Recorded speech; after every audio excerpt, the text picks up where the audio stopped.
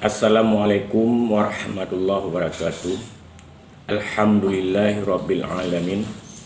Allahumma salli ala sayyidina Muhammad wa ala alihi wa sahbihi ajma'in.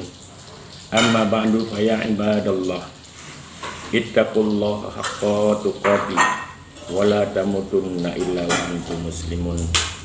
Wa qala Allah ta'ala fil Qur'anil Karim wa huwa asdaqul qailin. Bismillahirrahmanirrahim. Qu anfusakum wa ahlikum nara. Qala Allahu Nabi sallallahu alaihi wasallam, salasatun la yadkhulul jannah walau sallu walau samu walau zakau walau hajjah. Yang saya muliakan pemirsa cinta santri yang dirahmati oleh Allah, marilah seraya senantiasa lidah kita mengucapkan Alhamdulillah, bukti syukur kepada Allah. Yang mana la in syakartum la azidannakum wa la in kafartum inna azabi lasyadid. Kalau kita bersyukur maka ditambah nikmat. Sebaliknya kalau kita tidak bersyukur maka apabila kita kufur nikmat, tunggu azab neraka Allah. Kemudian rahmat beriring salam, marilah selalu kita alamankan kepada penghulu alam, penghulu segala nabi, penghulu segala manusia, nabiyina wa habibina wa syafi'ina wa zufrina wa maulana Muhammad. Kemudian salah dan salam kepada keluarganya Nabi, sahabat-sahabatnya Nabi, ulama mutaqaddimin, ulama mutaakhirin, juga ulama-ulama yang muktabar. Pemirsa kaum muslimin, banyaknya ibadat bukanlah jaminan kita bisa menjadi penghuni surga. Sembahyang bukan hanya sekedar sembahyang fardu, malah kita tambah dengan sembahyang sunat, tahajud di malam hari, duha, dan sembahyang rawatib lainnya. Demikian juga dengan puasa, bukan hanya puasa Ramadan yang kita kerjakan, tetapi juga ditambah dengan puasa-puasa sunat. Begitu juga dengan sedekah, zakat, bukan hanya yang wajib dikerjakan, tetapi juga sedekah sunat, wakaf, dan sebagainya. Demikian juga haji, kita melaksanakan bukan sekedar yang wajib, tetapi juga melaksanakan haji sunat, serta ditambah dengan umrah. Rasulullah berpesan dalam suatu hadis, salah satu la yadkhulul jannah walau sallu walau sama walau zakan walau hajjan. Tidak akan masuk surga sekali-kali walaupun kita sholat, walaupun kita berpuasa Ramadan, walaupun kita berzakat, walaupun kita haji. Ada 3 golongan manusia yang tidak akan masuk surga dengan sebab 3 perkara. Kaum muslimin rahimakumullah. Yang pertama, rajulun la yuhibba ilma wa ahlu. Orang yang tidak suka kepada ilmu, juga sekaligus tidak cinta kepada ahlinya ilmu. Makna ilmu di sini ilmu syariat, ilmu yang menyangkut ubudiyah kepada Allah. Tidak senang, tidak suka, tidak mau menuntut. Walau kita banyak sholat, walau banyak puasa, walau banyak haji, zakat, la yadkhulul jannah. Orang tersebut tidak masuk surga. Tanda orang yang tidak suka kepada ilmu. Dikala ada majelis taklim, enggan hadir kepada majelis taklim, ataupun hadir namun enggan mendengarnya. Ada tausiah, ada ceramah, ada majelis taklim, hadir tapi enggan mendengar nasihat, enggan mendengarkan ilmu. Terkadang yang menyampaikan ilmu lebih muda, tahan ide kita karena kita tua, maka sampai kiamat dunia tidak ada ilmu.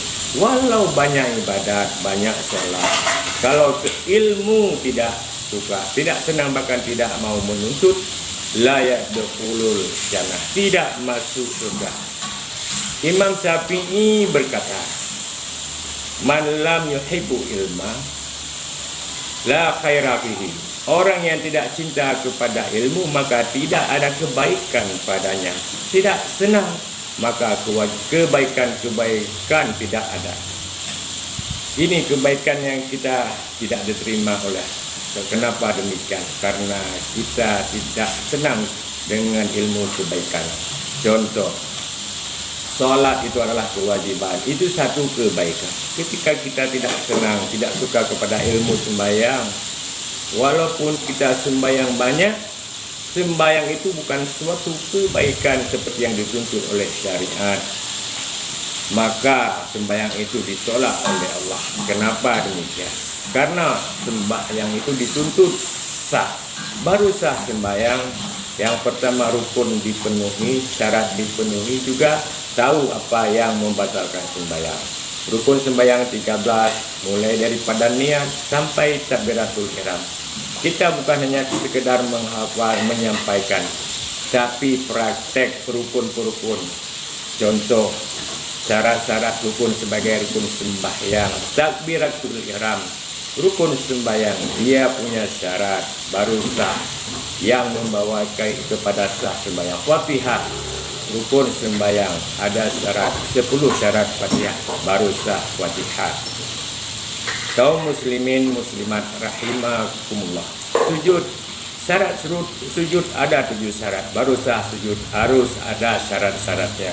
Salah satu syarat daripada sujud adalah di waktu kala kita sujud wajib mendirikan telapak kaki kita, ujung jari-jari ditekan ke bumi. Ketika ilmu yang menyangkut dengan sholat kita tidak senang, tidak suka, bahkan tidak mau menuntut, maka tidak sah ibadah. Selagi kita masih diberi kesempatan hidup, masih ada waktu luang, masih ada kesempatan, mari kita cari ilmu. Jangan enggan cari ilmu. Kalau kita enggan mencari ilmu, perlu kita ketahui besok hari kiamat kitalah manusia yang paling menyesal. Rasulullah bersabda, asyadu khusratan yaumal qiyamah man amkana talibul ilmi falam yatlub. Semenyesal-menyesal manusia pada hari kiamat man amkana talabul ilmi, orang yang mungkin mencari ilmu agama, falam yatlub, namun dia tidak mau mencari ilmu. Ini orang yang menyesal. Tiban makna mungkin orang yang ulama yang memberi pengajian ada, tempatnya ada, untuk pergi mudah, kesehatan makin memungkinkan, pendengaran masih jelas, mata masih terang, dengan kendaraan kita pergi. Itu pengertian daripada mungkin. Ketika mungkin itu kita tidak mau menuntut, maka kita termasuk golongan manusia yang kelak di hari kiamat. Pemirsa rahimakumullah, coba kita renungkan hal yang tidak penting. Sanggup kita duduk berjam-jam di kafe, sedang ada pertandingan bola. Satu pertandingan bola memakan waktu 1,5 jam sampai 2 jam. Tidak ada persoalan, tidak ada uang, kita berutang untuk ngopi, nonton bola sanggup. Sedangkan majelis taklim cuma 30 menit, hampir 40 menit, cuma setelah sholat maghrib sampai isya. Hanya waktu, tidak ada waktu. Padahal tidak wajib kita membawa uang. Mungkin kita hadir, tetapi tidak hadir. Tetapi fenomena kita enggan hadir ke majelis taklim. Walau terkadang hadir, enggan mendengarnya. Walau kuat kita beribadah luar biasa, berjamaah hebat. Ketika ilmu menyangkut dengan ibadah, tidak kita tuntut, la yadkhulul jannah, tidak masuk surga. Itulah golongan pertama yang tidak akan masuk surga. Orang yang tidak mencintai ilmu, walau haji, walau salat, walau zakat, walau puasa, tidak akan masuk surga. Kemudian sambungan hadis, wa ahla, dia tidak mencintai ahlinya ilmu. Ulama, tidak senang kepada ulama, tidak senang kepada kiai, tidak senang kepada orang yang memberi pelajaran. Bahkan di media yang mencaci tentang ulama, kita tambah komentar-komentar jelek, ikut mencaci maki dan menghina. Ini tanda kita tidak cinta kepada ahli ilmu. Al-alimu habibullah, ahli ilmu, ulama itu adalah kekasihnya Allah. Ketika kita membenci ulama, maka Allah akan mengambil kembali, akan mewafatkan ulama. Dalam beberapa tahun ini banyak sekali ulama-ulama di Aceh yang telah berpulang kepada Allah. Akhir 2020 Abu Palu Gading berpulang kepada Allah. Dalam 23 Ramadan Abu Perut Lintang. Kemudian dalam 25 Ramadan berpulang kepada Allah Sang Mursyid yang memiliki tarikat Naqsyabandiyah, Syahbandiyah, yaitu Abu Wahab Matang Perlak. Nah, inilah Allah mewafatkan ulama satu persatu. Abu Abati, Baba Bulu, ulama-ulama telah diwafatkan oleh Allah. Ini adalah musibah terbesar. Ketika ulama ini diambil satu persatu oleh Allah, maka ilmu agama telah hilang. Untuk kita mencari ilmu, ini sangat sulit. Pemirsa rahimakumullah, meninggalnya para ulama adalah musibah. Rasulullah berpesan, mautul alim, mautul alam. Meninggalnya para ulama adalah musibah yang terjadi di alam dunia ini. Dalam hadis yang lain, Rasul bersabda, malam yahzin bi mautil alim fahuwa munafiq. Orang yang tidak merasa gundah, orang yang tidak merasa sedih ketika mendengar wafatnya ulama, fahuwa munafiq. Dia adalah munafik. Ini musibah yang terbesar. Kenyataan kita biasa-biasa saja, tiada merasa sedih, tiada merasa gundah, biasa-biasa saja ketika meninggal ulama. Ini orang munafik. Fa innahu la musibatan a'zam bi mautil alim. Karena musibah yang terbesar adalah meninggalnya para ulama. Musibah tsunami 2004 di Aceh, musibah gempa di berbagai daerah, diakui dunia itu musibah terbesar. Tapi kalau kita bandingin dengan meninggalnya ulama-ulama di seluruh dunia ini lebih besar musibah ketimbang tsunami, ketimbang banjir bandang. Kalau musibah tsunami cuma yang melenyapkan jiwa dan harta, sedangkan meninggalnya ulama dikhawatirkan akan hilangnya Islam dan iman. Hilangnya Islam dan hilangnya iman lebih berat dan berbahaya daripada hilang jiwa dan harta. Kaum muslimin yang dirahmati Allah, meninggalnya ulama musibah. Berbicara tentang musibah atau bala, Allah mendatangkan manusia dan bala itu tentu punya sebab. Sama seperti hari ini wabah corona itu bala musibah dari Allah.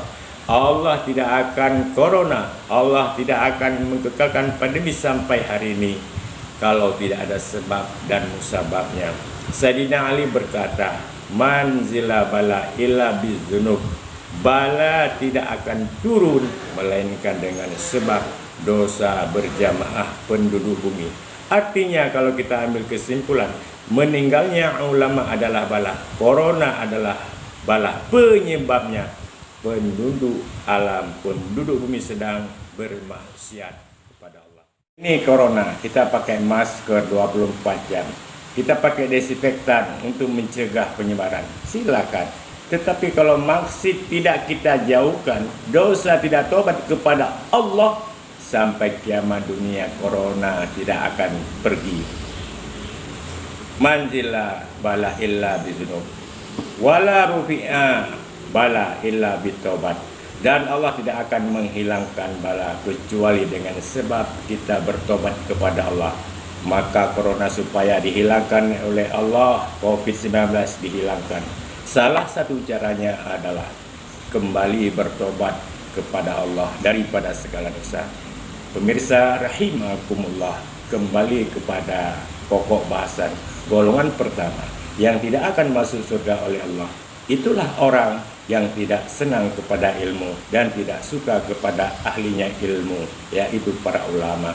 Kemudian yang kedua, golongan yang tidak masuk surga meskipun dia sholat, puasa, haji dan zakat, rajulun la ya'adabu ibnah. Itulah orang yang tidak memberikan ilmu adab, ilmu syariat, ilmu agama terhadap anaknya. Pada hari ini fenomena kita status sebagai ayah dititipkan oleh Allah istri, Titipkan kepada seorang ayah adalah anak kepada kita 1, 2 hingga seterusnya. Itu anak adalah amanah. Diperintah oleh Allah selaku ayah untuk memberikan ilmu kepada anak dan istri. Ketika tidak kita berikan, berarti kita melanggar dengan peraturan Allah, melanggar dengan syariat Allah, walaupun salat, walau puasa, walau haji.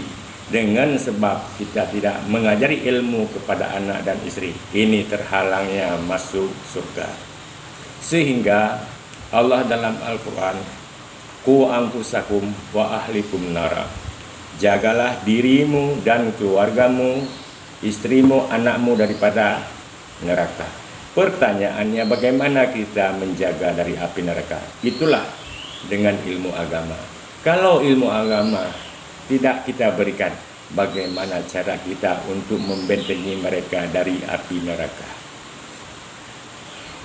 Kaum muslimin rahimakumullah, kita tidak khawatir kepada anak. Jikalau anak kita sekolahkan mulai dari SD, SMP, SMA, S1, S2, bahkan S3, bahkan yang lebih tinggi lagi profesor, tetapi kita lupakan mereka pendidikan agama yang merupakan fardu ain, berupa ilmu tauhid untuk mengesahkan Allah, ilmu fikih untuk mengetahui bagaimana tata cara kita beribadat, dan juga ilmu tasawuf untuk pembersihan hati. Itu tidak kita hiraukan. Ini bukanlah kita orang yang bertanggung jawab. Tidak ada tanggung jawab kita terhadap anak. Kalau persoalan dunia, kita sibuk bagaimana cara asuransi pendidikan, bagaimana masa depannya kelak, tapi kita lupakan bagaimana nasib anak kita, apakah dia menjadi penghuni neraka ataupun juga menjadi penghuni surga. Naudzubillah kalau menjadi penghuni neraka. Agama bagi kita tidak ada, anak tidak ada, bagaimana nasib? Kemudian dalam satu kitab yang bernama Sab'atul Kutub tertulis di situ, inna awala ma yatalaku birajulin yaumal qiyamah wa waladahu wa ahlahu.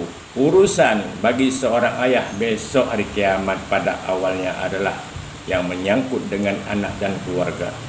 Sehingga di saat pengadilan Allah, ya Rabbana khud bihaqqina, ya Allah, ya Tuhan kami, ambil hak kami, karena semasa dunia dia sibuk beribadat sendiri, berzikir, berselawat, berjamaah, menuntut ilmu, tetapi kami selaku anak tidak diberikan ilmu agama. Cuma juga dia memberikan makanan-makan yang haram. Kami tidak tahu salat, tidak tahu karena ini orang lelaki ini. Ini panggilan besok pengadilan ilahi. Yang dulunya kita dipanggil ayah, abi dan abah, panggilan abu dan sebagainya.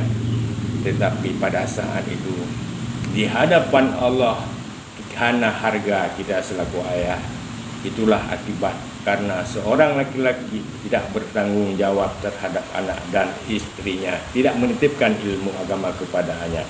Maka Rasulullah berkata, rajulun la yata'addabu ilman, dia tidak memberikan ilmu kepada anak walaupun dia ibadat luar biasa, la yadkhulul jannah, orang ini tidak akan masuk surga.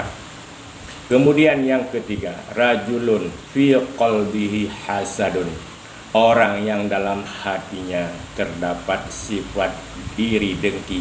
Sifat iri dengki adalah salah sifat yang sangat berbahaya bagi akhirat.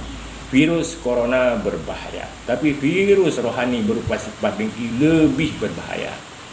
Coba kita bandingkan, virus corona mengakibatkan jiwa melayang. Kalau kita sabar atas bala dan musibah, mungkin kita mendapat surga Allah dengan sebab musibah. Tetapi kalau virus ini dipelihara sampai kita mati, virus rohani yang berupa sifat dengki, hasad, ini akan membawa kepada gugurnya amal-amal kita. Kaum muslimin rahimahullah, dengki ini lebih dikenal dengan SMS. SMS susah melihat orang senang, senang melihat orang susah. Orang beli kendaraan, kita yang open nama. Orang yang membangun rumah, kita yang sakit kepala. Orang yang membeli kulkas 2 pintu, kita yang kedinginan demam. Ini tanda orang sifat dengki. Rasulullah menggambarkan tentang bahaya iri dengki. Innal hasada ya'kulu hasanatin kama ta'kulun narul khatab.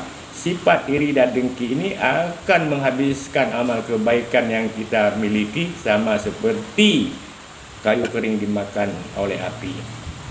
Sebatang rokok kita bakar tanpa kita hisap, maka rokok itu dalam waktu 5 menit akan habis karena dimakan oleh api. Begitu sifat iri dengki. Amal kebaikan luar biasa. Jamaah subuh selalu hadir, jemaah zuhur, asar, maghrib, isya selalu hadir. Wakaf tanah untuk masjid nomor 1. Itikaf, baca Al-Quran, selawat. Wow, pokoknya amal kebaikannya luar biasa. Tapi sayang, karena dalam hati ada dengki, kebaikan tersebut akan sirna habis dengan gara-gara dengki. Dan sifat iri dengki ini, hadirin, kebanyakan terjadi kecenderungan pada satu level. Iri dengki kebiasaan terjadi. Orang yang jualan emas akan iri dengan orang yang jualan emas. Tukang bakso akan dengki sama tukang bakso. Orang jualan kelontong akan iri dengki kepada orang jual kelontong. Kalau beda level, jarang terjadi iri dengki. Tidak pernah kejadian orang yang jualan emas iri kepada orang yang jualan sayuran atau yang jualan ikan. Ini akan terjadi pada satu level. Partai orang-orang yang kiai iri dengki dengan kiai, satu level kebanyakan. Ustadz dengan ustadz iri dengki. Ini sangat berbahaya kaum muslimin, bahkan akan mengantarkan hilangnya iman waktu kita sakaratul maut. Sebagaimana dalam kitab Sirajul Talibin, seorang ulama Allah yang bernama Fudail bin Ziyad, pada ketika sakit muridnya, beliau mengunjungi muridnya. Sampai di situ dia baca surat Yasin, dibaca, maka keluar dari mulut si murid, la taqra hadza. Hai guru, jangan baca itu, saya nggak sanggup dengar, simpan Yasin. Kemudian ditalkin dengan kalimat la ilaha illallah, maka keluar dari mulut si murid, la ini abiun minha, aku sudah melepaskan diri daripada kalimat ini, tauhid ini. Setelah dia mengucapkan meninggal dunia tanpa membawa ilman, mati dalam keadaan kafir.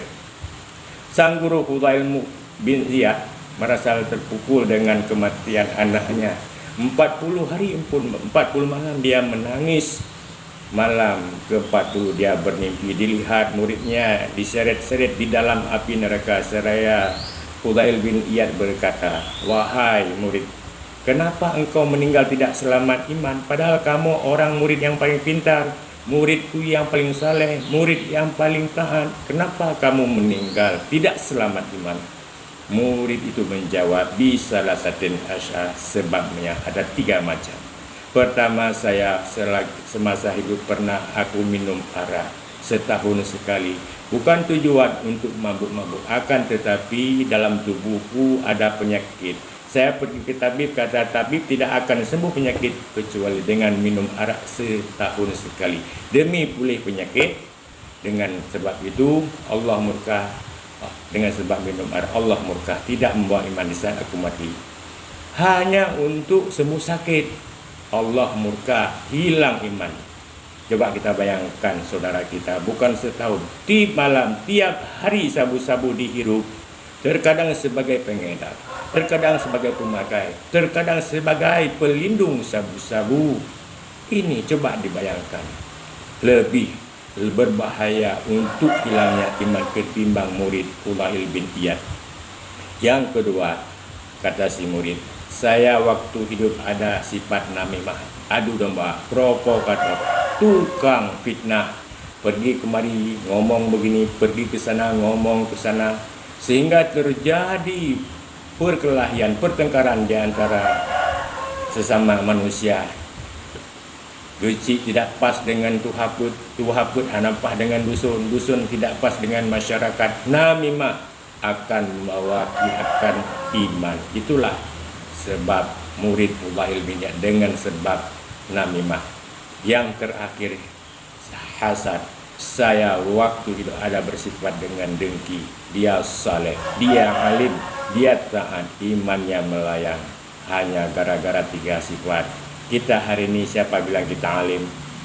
Hari ini kita siapa yang mengaku sebagai orang yang taat? Kita hari ini mengaku orang yang saleh. Jangankan orang yang ngomong kita sendiri nggak berani kita menyatakan orang saleh, orang taat. Maka apabila ada 3 sifat ini atau salah satu, akan dikhawatirkan hilangnya iman di waktu kita berpulang kepada Allah. Rajulun fi qalbi hasad, orang yang dalam hati ada sifat iri dengki, walau sembahyang, walau puasa, walau haji, zakat, la yadkhulul jannah, orang tersebut tidak akan masuk surga. Mudah-mudahan pemirsa yang budiman, kita dijauhkan oleh Allah daripada 3 golongan tersebut. Yang pertama, kita harus mencintai ilmu. Yang kedua, kita mendidik anak dengan pendidikan agama, terutama ilmu fardhu ain. Yang ketiga, hindarilah sifat dengki, kan akan berbahaya bagi akhirat. Demikianlah, mudah-mudahan bermanfaat. Mohon maaf atas segala kesalahan dan kesilapan. Terima kasih atas segala perhatian. Assalamualaikum warahmatullahi wabarakatuh.